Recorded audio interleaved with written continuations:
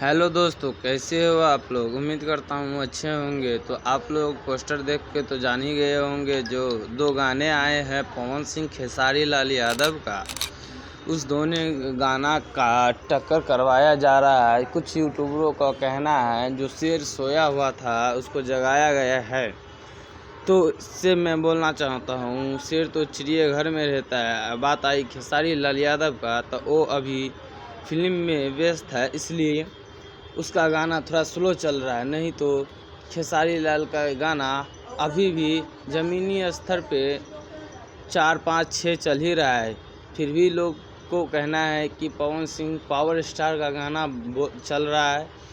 खेसारी लाल यादव ठंडा हो गया। क्या ठंडा हो गया? खेसारी लाल यादव नहीं चल रहा है तो 2 दिन रुक जाओ, 2 दिन के बाद देख लेना भाई खेसारी लाल यादव का पावर और हीट मशीन का पावर। जो लोग कहना चाहता है ना, पवन सिंह को शेर बनाना चाहता है, तो 2 दिन रुक जाओ भाई। उसके बाद आप देख लेना खेसारी लाल का पावर, यादव जी का पावर क्या होता है। लोगों को कहना है कि इसका गाना अभी चल ही नहीं रहा है। तो बता दो दोस्तों, एक दिन में या 13 घंटा में 1 मिलियन अभी गया है, अभी शुरू हुआ है।